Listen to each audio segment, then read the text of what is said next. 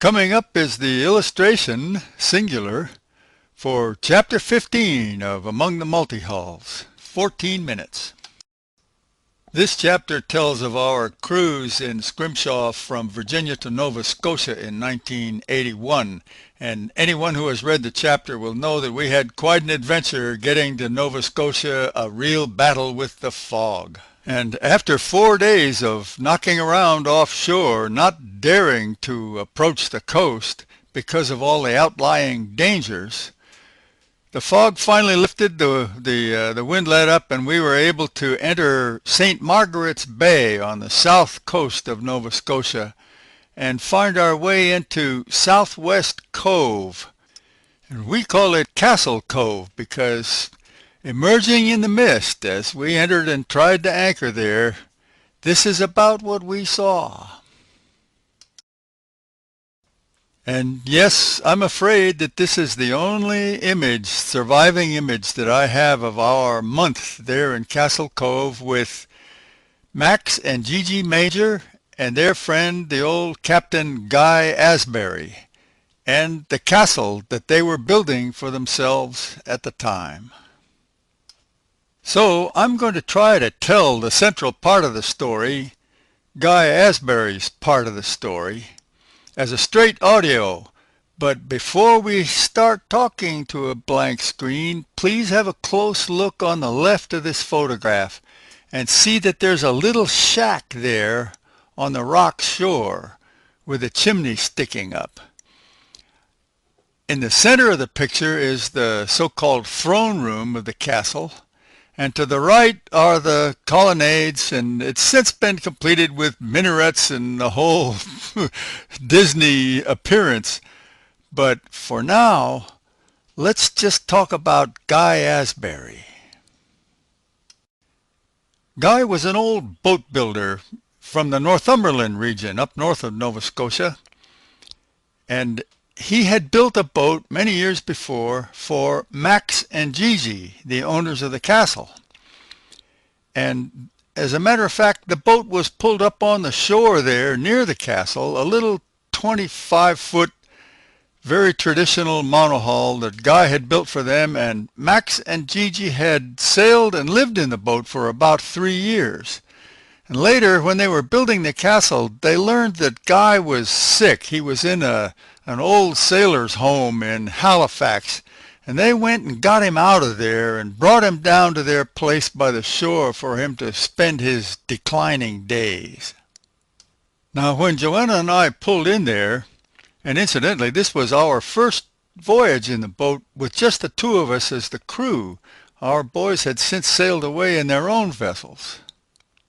So when we got in there, we were really bushed from running the boat, just the two of us, day and night in demanding conditions. We wanted nothing more than to get the anchor down and get cleaned up and get some rest. But we couldn't get the anchor to grab the bottom. We tried several times and it was dragging all over the place. And finally we heard a call from up on the castle wall. There was a man up there that hollered to us, and he said, "Take that mooring over there. The bottom is bedrock. You can't get your anchor to hold. Take that mooring." So with great relief, we did just that. So there we were, finally off of the ocean, and I began to look around a little bit, and the more I looked at that castle, the more it looked to me like it was under construction, and from what I could see, there was only one guy working on it, this man that had called to us. So I remarked to Joanna about it, and we were both looking at the thing, when over by the little shack on the left, we noticed that there was a horse.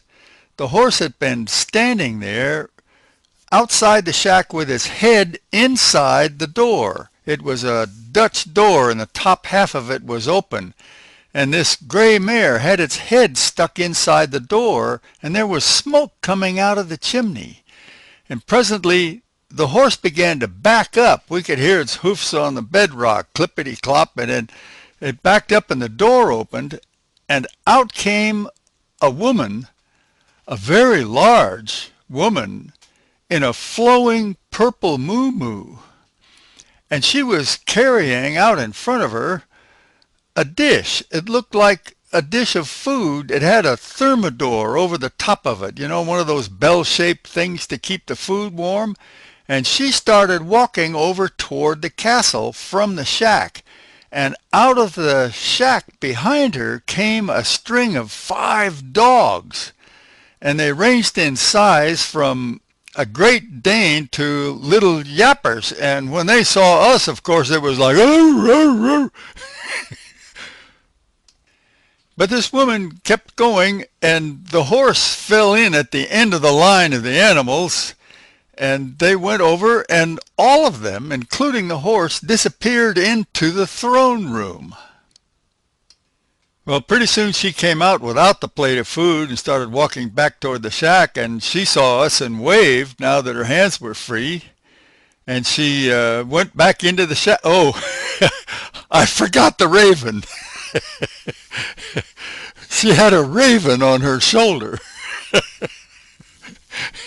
I am not making this up. Joanna will corroborate. Now, she says I exaggerate, but this is what we saw happening, okay?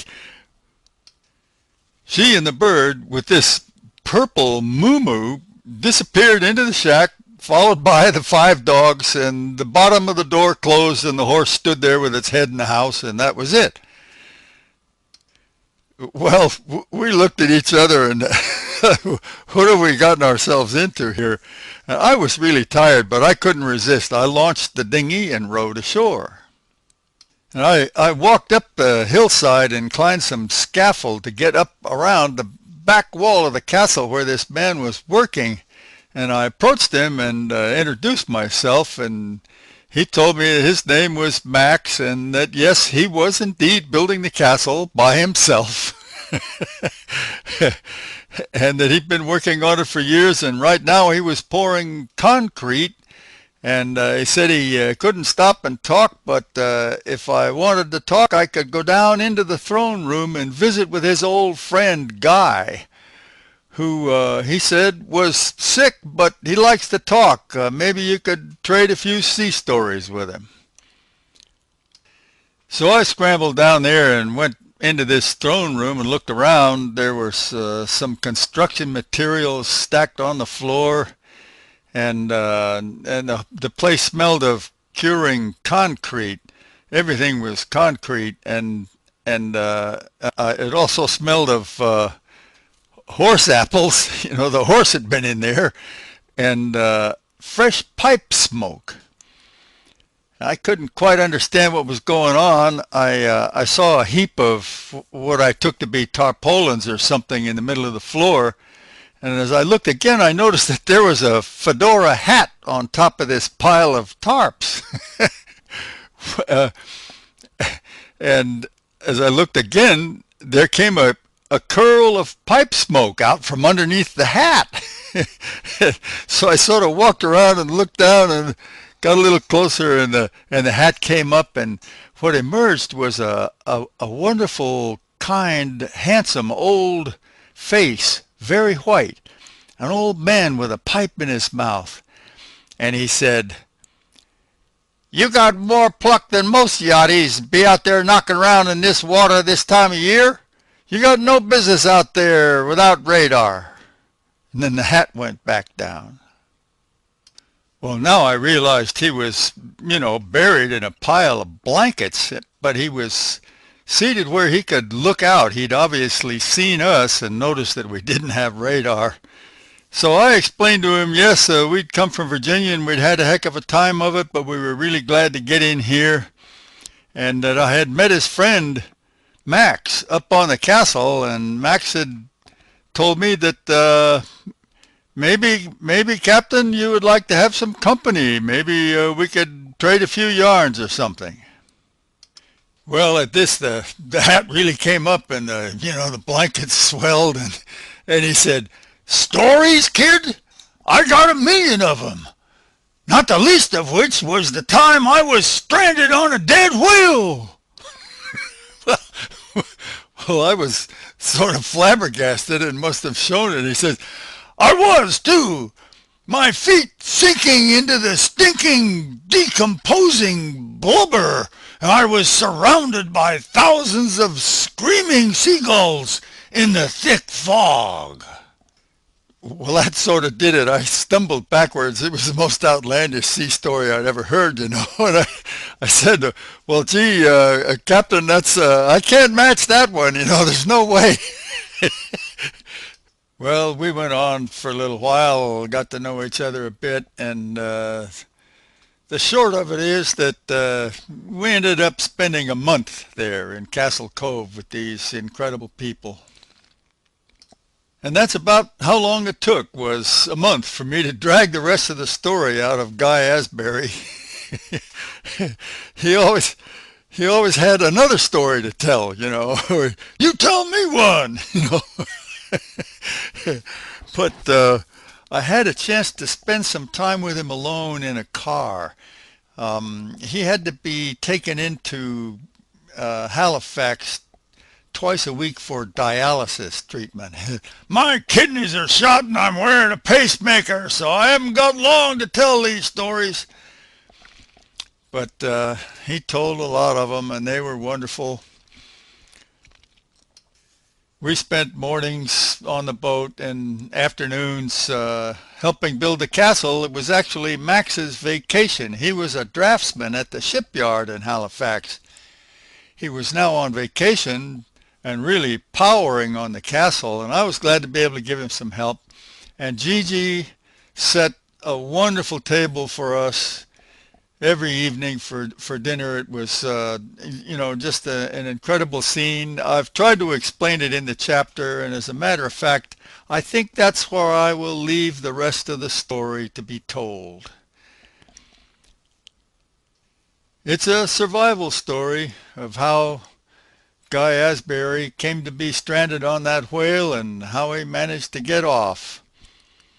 I think it's better told in text. As a matter of fact, it's so outlandish that it is one of those stories that seems to suggest that one suspend the normal disbelief as one does when reading fiction. I can't really vouch for its veracity. This is not my story. I wasn't there. I just heard it from the great late Captain Guy Asbury. And I'll see you with some more pictures, I hope, in chapter 16 coming up. Bye-bye.